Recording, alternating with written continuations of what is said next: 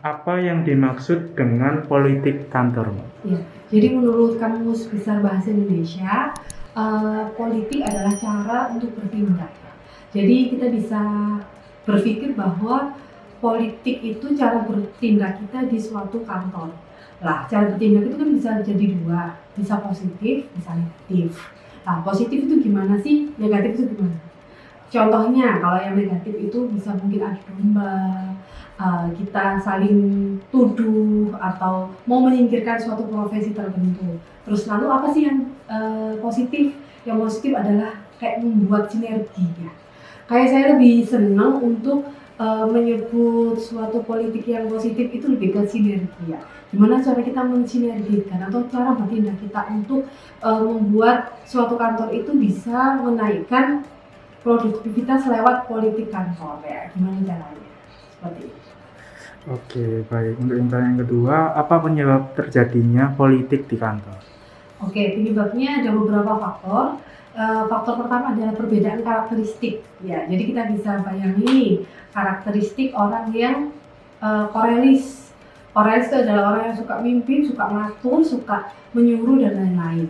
Sedangkan anak buahnya atau stafnya itu di melankolis mungkin ya. Jadi pada waktu audit atau pada waktu sertifikasi yang dimana itu panic attack, dimana kita itu harus cepet-cepetan, dimana yang pemimpinnya bilang ayo cepetan bla bla bla bla, sedangkan si staffnya yang perasa, yang detail, yang perfeksionis akan merasa ini nggak bisa, ini harus detail, ini harus perfect, jangan minta sesuatu cepet dan dadakan. Dan pada saat itu juga itulah yang akan membuat suatu pemicu terjadinya politik kantor. Oke, untuk selanjutnya, siapa yang biasanya terlibat dalam politik kantor? Oke, biasanya nih semua orang itu berpikir kalau politik kantor ada sesuatu yang dilihat skeptis ya. Aku nggak mau melihat politik, saya nggak mau ikut terlibat politik. Padahal kita kembali lagi ke definisi harfiahnya, suatu politik adalah cara untuk bertindak. Sehingga siapa yang terlibat? Iya, semua orang yang ada di perusahaan tersebut. Tergantung kita nih mau milih yang positif atau yang negatif. Oke, konflik kepentingan seperti apa yang sering kali terjadi? Konflik kepentingan ya, biasanya ini menduduki suatu posisi tertentu nih. Saya sudah 10 tahun di perusahaan ini, tapi kok nggak naik-naik jabatan. Lalu ada nih yang orang yang memang terdapat suatu manajemen change, perubahan manajemen, sehingga di situ pasti ada pemicunya ya, di mana akan terjadi perubahan manajemen, sehingga manajemen yang lama akan tergantinya dengan manajemen yang baru, sehingga itu akan menimbulkan suatu konflik, sehingga mungkin orang-orang lama akan berpikir wah ini aku akan tergantikan sama orang-orang yang baru, sehingga itu merupakan suatu pemicu konflik dari office politik, sehingga kadang-kadang orang baru itu nih aku akan singkirin orang-orang yang lama, atau orang-orang yang lama akan berpikir negatif atau berpikir wah jangan-jangan aku mau terganti nih. Oke, baik. Bagaimana peran XR agar tetap profesional dan tidak menunjukkan keberpihakannya? Bangun sinergi yang positif antar semua departemen. Kita harus memberikan training ya, jadi istilahnya gini, memberikan suatu influence, pengaruh yang positif kepada semua departemen. Dalam artian di sini bisa ada di departemen accounting jago di masalah Excel, sedangkan di departemen logistik ya bisa ini kenapa nggak vivo, ternyata memang ada kesalahan dalam penginputan di Excel, mungkin masih pakai Excel, sehingga kita sebagai HR harus tahu nih, oh berarti memang divisi accounting ini bisa ngasih training ke divisi logistik, atau kita bikin training khusus untuk semua divisi mengenai cara Excel yang dasar atau cara untuk menghitung. Jadi memang kita sebagai HR harus memberikan sinergi positif, sehingga kenapa? Apabila terjadi sedikit clash antara accounting sama logistik itu nggak akan menjadi sebuah gesekan yang pemicu yang gampang untuk dipantik. Oh, divisi accounting kan sudah bantu kita nih, ya berikan bank-bank atau berikan investment yang baik atau bank kebaikan ya. Jadi istilahnya memberikan suatu bank account kebaikan, bank account untuk hal-hal yang positif seperti itu. Oke, baik. Untuk pertanyaan selanjutnya, bagaimana cara menerapkan prinsip transparansi dan akuntabilitas di tengah berbagai kepentingan dalam politik kantor? Kita harus adil ya. Jadi adil, walaupun kita biasanya seorang HR itu kan juga karyawan. Biasanya karyawan itu juga biasanya dekat sama divisi A, divisi B.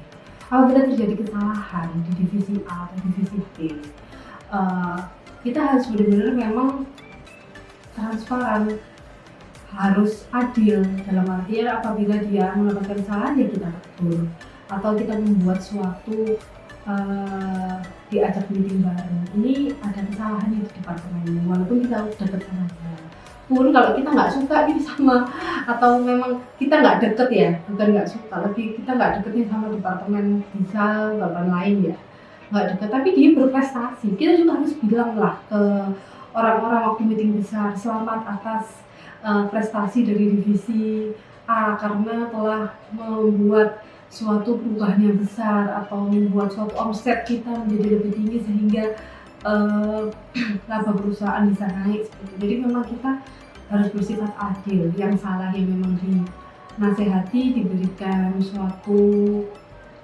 suatu bimbingan ya, yang baik juga kita berikan diberikan suatu motivasi ya, disiarkan kepada perusahaan bahwa saya dia memang berprestasi. Oke, baik. Untuk pertanyaan yang terakhir, apa peran HR dalam menciptakan politik kantor yang sehat? Kalau saya sedikit boleh kasih kisi-kisi nih, peran kita ada manja, jadi M-nya adalah menjadi moderator yang baik. Menjadi moderator yang baik di sini gimana sih caranya kita untuk menjembatani antara kepentingan perusahaan dan kepentingan karyawan, menjembatani antara orang yang berkonflik divisi A sama divisi B, divisi C dengan divisi A. Kita harus menjadi moderator yang seperti itu tanpa berpihak.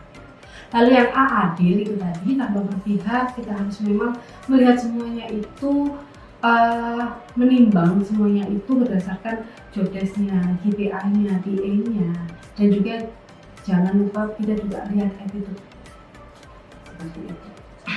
Lalu yang N, manja tadi ya, N-nya itu normatif. Normatif itu kita kembalikan lagi nih ke peraturan perusahaan. Kalau ada orang melakukan kesalahan A atau kesalahan B itu di SP berapa, kalau ada orang yang melakukan sebuah prestasi harus dikasih reward yang seperti apa. Jadi memang kita kembalikan lagi ke peraturan perusahaan atau ke undang-undang yang terkait tenaga kerja. Lalu yang J adalah jangan baper. Jadi di sini seorang HR jangan baperan ya. Ya kita nggak, untuk apa HR awal-awal ya. Memang kita kadang-kadang dikasih apa? Kadang-kadang HR itu juga banyak nih yang nggak suka. Banyak juga yang ngerti, itu apa, bla bla bla bla, nggak usah baper.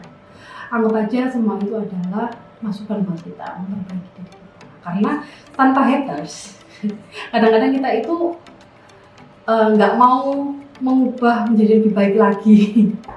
Biasanya haters lah yang dengan setia mengerti kelemahan kita di mana, dan di situ kita bisa memperbaiki kelemahan kita sehingga kita menjadi kupu-kupu yang indah. Seperti itu. Dan A yang terakhir ya adalah adaptif.